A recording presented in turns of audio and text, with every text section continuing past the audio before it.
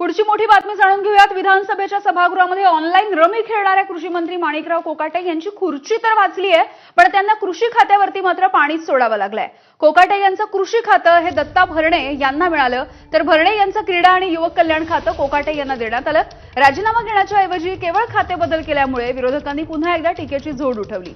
रवीला आता आंतरराष्ट्रीय दर्जा द्या असा टोला सुद्धा विरोधकांनी लगावला, पण कोकाटेंचं खातं बदललं असलं तरी उपमुख्यमंत्री अजित पवार यांच्यासाठी ही नामुष्कीच असल्याचं बोललं जात आहे। वाल्मी कराड प्रकरणामध्ये धनंजय मुंडे यांचा राजीनामा घ्यावा लागला आणि आता कोकाटेंचा राजीनामा नसला तरी वादामुळे खांदेपालट मात्र करावा लागला।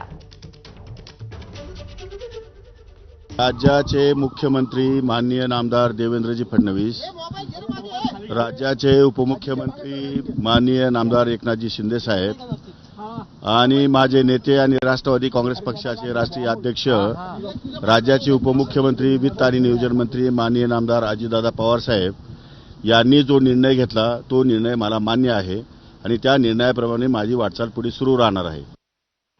तर कोकाटेंच्या उचलबांगडीवरती मुख्यमंत्री काय म्हणाले बघूयात।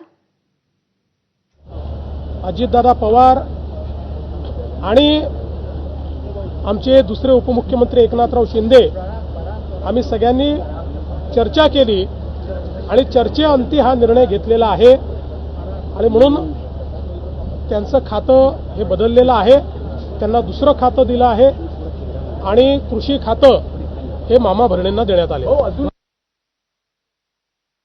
कोकाटे यांच्या खाते बदलावरती दमानिया, राऊत, हर्षवर्धन सपकाळ आणि विजयकुमार घाडगे या सगळ्यांच्या सुद्धा प्रतिक्रिया आलेल्या आहेत। नुसतंच एक पद बदलून दुसरं पद दिलं याला आपण कारवाई म्हणू शकतो का?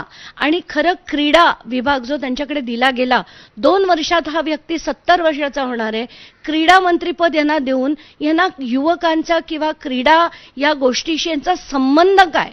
पण हे पद खाते वाटप जे झालं आता ते पद बदलून यांना दुसरं खातं दिलं, तुम्ही त्याच्यात समाधान माना आणि गप्प बसा की तुम्ही रमी खेळता का? चला मग आता क्रीडा विभागाची जबाबदारी सांभाळा आणि रमी या खेळाला आता आंतरराष्ट्रीय स्तरावर मान्यता द्या, त्याला ऑलिम्पिक स्पर्धेमध्ये सहभागी करा, त्याला एशियाड स्पर्धेमध्ये सहभागी करा आणि आता रमी खेळणाऱ्या माणसाला शिवछत्रपती पुरस्कार आणि द्रोणाचार्य पुरस्कार महाराष्ट्र शासनाचे द्या, ही त्यांच्याकडून असणारी आता या सरकारची अपेक्षा आणि त्याकरता त्यांना बहुतेक क्रीडा खातं दिलं असावं। नवीन क्रीडा मंत्री आहेत, त्यांना योग्य खातं मिळालं। आता खरं म्हणजे